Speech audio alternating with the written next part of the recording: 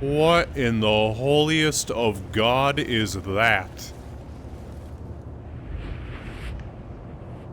It's like a tornado.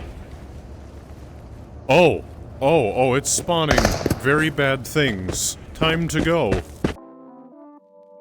I won't lie, when I first started playing this mod, I was cocky. I've played and beaten into the radius more times than I care to count. I've done it with a variety of weapons, handicaps, and even time constraints. But none of them even come close to how difficult this mod is, at least in the way that I'm playing it. I decided I was going to reboot my One Life series, but this time playing it through the infamous S.T.A.L.K.E.R mod. I decided I was going to beat the game in S.T.A.L.K.E.R Nightmare mode, the hardest difficulty the mod has to offer. But I very quickly found out that this is not a mod you should start the game with. The S.T.A.L.K.E.R mod would actually work best as a piece of endgame content. Because have you ever walked into the first route and been mowed down by a tiger rifle? Because I have.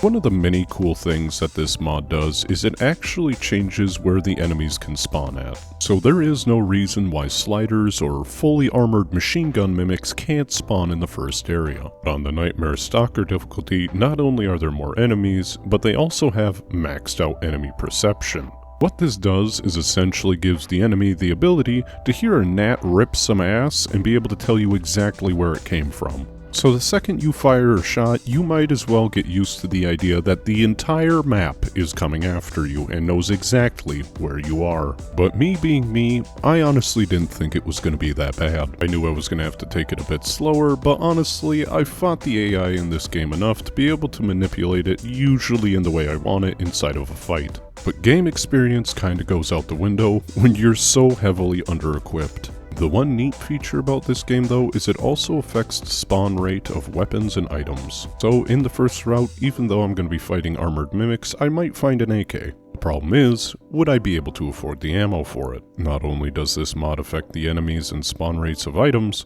but it also affects the shop. No longer are you locked behind a level barrier, you're just locked behind cold hard cash. So yeah, it's nice you found this brand new shiny gun, but can you afford the $2,300 magazine for it? Probably not.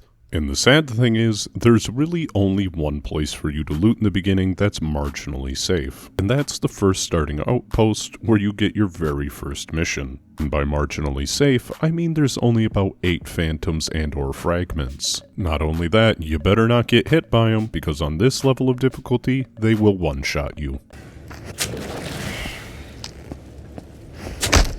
What? Okay.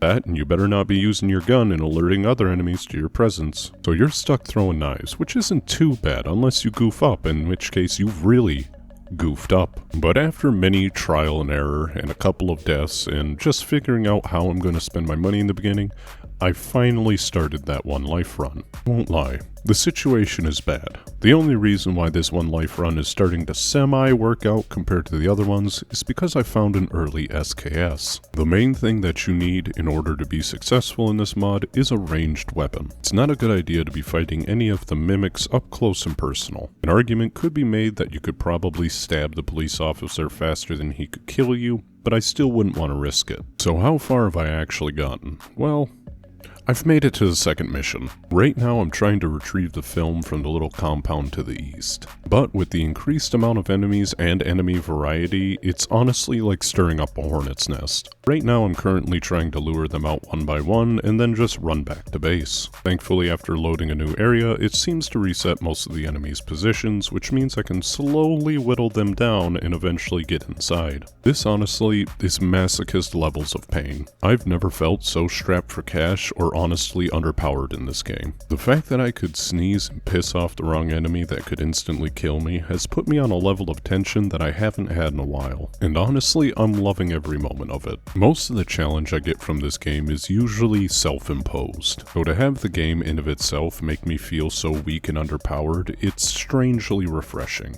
And to be completely honest, I don't think I'm going to make it out of the first route alive. Even though I found this SKS, I have a feeling once I get to that train station, unless I somehow manage to lure them out in the perfect Congo line, I'm going to die. And I can't even imagine what's going on inside of the other routes. My only guess is that armored mimics with VSSs and AKs is a mainstay, with a smattering of Tiger rifles just for flavor. I do hope though that I make it to the other areas. The SKS is one of my favorite guns and I'm pretty comfortable with it. My plan is to sell my kidneys to be able to afford the PU scope and suppressor that I'm going to need, but even with that, I don't think I'm going to last very long. I really recommend this mod to anybody who's beaten into the radius lately and has put the game down for a while. It is an absolutely brutal single-player experience. Maybe it's not so bad on the normal difficulty, but on the Nightmare Stalker mode, God help you. But hey guys, that's all I got for now, and I'll see you later.